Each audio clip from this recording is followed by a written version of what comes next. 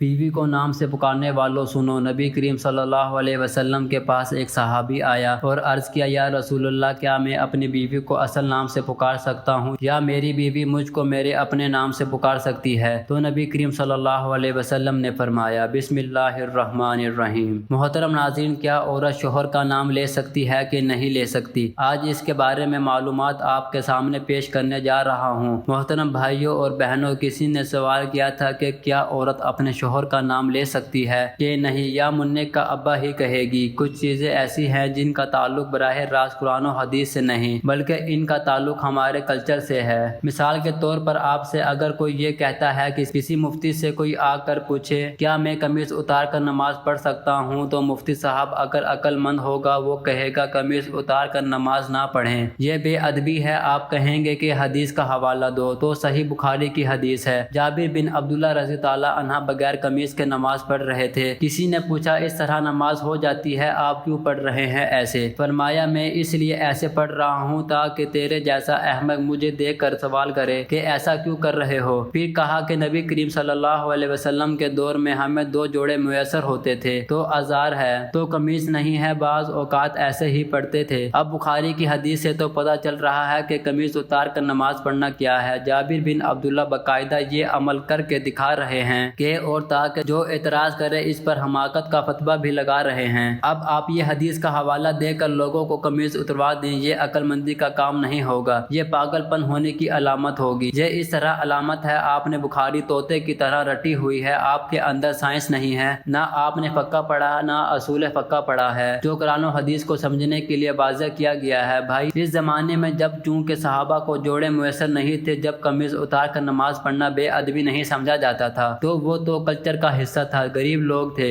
اصحاب صفہ میں ہم دیکھتے ہیں کہ حدیث میں آتا ہے ایک دوسرے کی طرف پشت کر کے بیٹھے ہوئے تھے، کیونکہ لباس سطر ڈھانپنے کے لیے اتنا تھوڑا کپڑا تھا، وہ ایک دوسرے کی طرف رک کر کے بیٹھنا ان کے لیے مشکل تھا، اتنی غریبی تھی۔ آج کون سا ایسا غریب ہوگا جو بیچارہ تہبند نہ پہن سکے؟ اور ایک معاشرے میں پورا ڈریس پہننا ہی ہمارے معاشرے کا کلچر بن چکا ہے۔ کسی تقریب میں آپ بغیر قمیض کے نہیں جا سکتے، تو اللہ کے سامنے بغیر قمیض کے کیسے کھڑے ہوں گے؟ اگر صحابی بغیر قمیض کے نماز پڑھ رہے ہیں تو ایک بڑی اچھی تقریب میں بھی وہ بغیر قمیض کے چلے جاتے تھے۔ صحیح بخاری کی حدیث ہے کہ نبی صلی اللہ علیہ وسلم کے پاس ایک صحابی نے عرض کیا، یا رسول اللہ، میرا اس خاتون سے نکاح کروا دیں۔ آپ نے مہر کا فرمایا، پتہ چلا کہ یہ لنگوٹا پہن کے نبی کی مجلس میں بیٹھے ہوئے تھے۔ بخاری کی حدیث ہے، اور اسی حالت میں نبی صلی اللہ علیہ وسلم نے آپ کا نکاح پڑھایا۔ تو پتہ چلا دلہے کا لباس کیا تھا۔ وہ صحابی تو غریب تھے بھائی، اگر بہت غریب بھی ہے تو بھائی تو بھی اس زمانے میں ہم اس کو لنگوٹا پہن کے شادی حال میں جانے کی اجازت نہیں دیں گے، کیونکہ ہمارے عرف میں اس کا تصور نہیں ہے۔ اس میں قرآن و حدیث کا حوالہ نہیں دیا جائے گا۔ قرآن و حدیث کی اگر بات ہے تو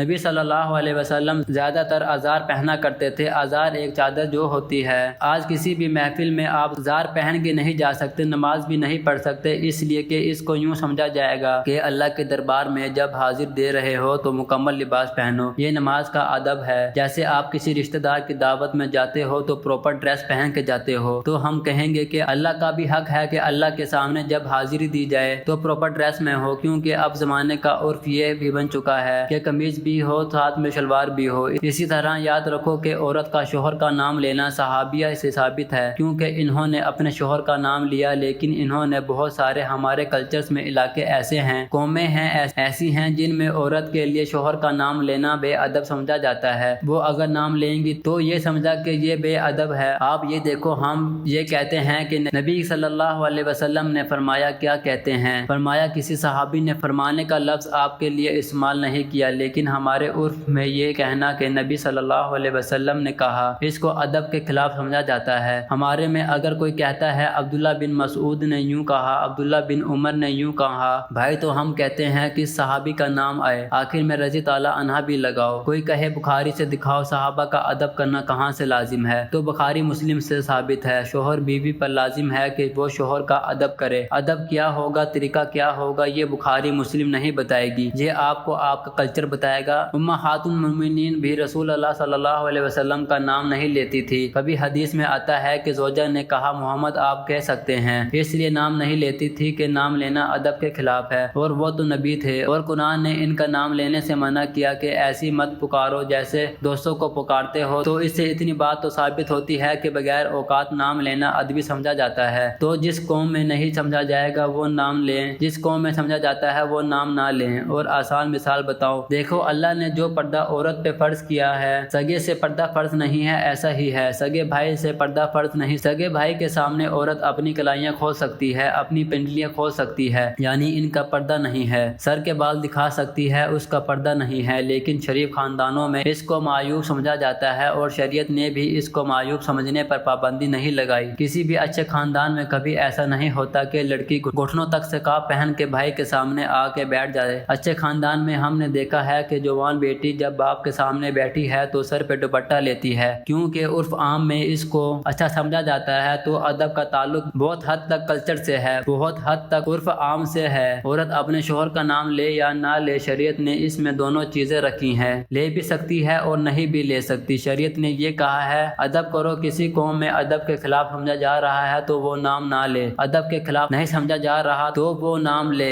کیونکہ اس میں برا نہیں سمجھا جائے گا۔ ہم اس کو اس لیے پروموٹ کرتے ہیں کہ اس کلچر کو نام لینے والے شریعت میں شوہر کا بہت احترام ہے، جو آج کل ختم ہو رہے ہیں۔ کچھ تھوڑے بہت تمیز باقی رہ گئے، اس کو تو باقی رہنے دو، اس کی وجہ سے تھوڑا سا شوہر کا احترام رہے گا، یعنی جو نتائج اس پہ مرتب ہو رہے ہیں وہ اچھے مرتب ہو رہے ہیں۔ شریعت نے ابا کے سامنے بیٹی کو دوپٹہ لینے کا حکم نہیں دیا مگر پابندی بھی نہیں لگائی۔ تو جب دونوں راستے ہیں تو ہم کہیں گے شریعت کے مزاج سے زیادہ قریب کیا ہے؟ دوپٹہ لینا یا نہ لینا مزاج کے قریب ہے۔ اس میں باپ کا احترام ہے، حیا ہے، اور شریعت معاشرے میں حیا کو فروغ دینا چاہتی ہے۔ تو جو چیز حیا کے زیادہ قریب ہوگی کیا جائے گا، جو حیا سے دور ہوگی اس کی حوصلہ شکنی کی جائے گی، اور اس پر بخاری مسلم کے حوالے مانگنے والے پر جہالت کا فتویٰ لگایا جائے گا۔ جو عورتیں شوہر کا نام لیتی ہیں اس سے گناہ ہوتا ہے۔ بیوی کو بھی عزت دینی چاہیے، اس کا بھی احترام کرنا چاہیے، لیکن قرآن کے مطابق عورت کا درجہ شوہر سے ایک درجہ کم ہے۔ اس میں کیا حکمتیں ہیں، لیکن اللہ نے بتا دیا ہے۔ اس کا مطلب یہ نہیں کہ آپ توہین کرنا شروع کر دیں۔ ہم نے اپنے بزرگوں کو، اپنے علماء کو دیکھا ہے کہ اپنے گھر کی زوجہ کا بہت احترام سے نام لیا کرتے تھے، کوئی حق مانا لب اللہجہ اختیار کرتے، اور یہ اسلام نے ہی سکھایا ہے۔ دعا ہے کہ اللہ تعالی ہم سب کو شریعت کے مطابق زندگی گزارنے کی توفیق عطا فرمائے، اور ہم سب کو حق اور سچ بولنے کی توفیق عطا فرمائے۔ یا رب العالمین، جو سنایا گیا اس کو اپنی بارگاہ الہی میں قبول اور منظور فرما، آمین ثم آمین۔ ناظرین، کمنٹ باکس میں اللہ تعالیٰ کے 99 ناموں میں سے ایک نام ضرور ٹائپ کریں۔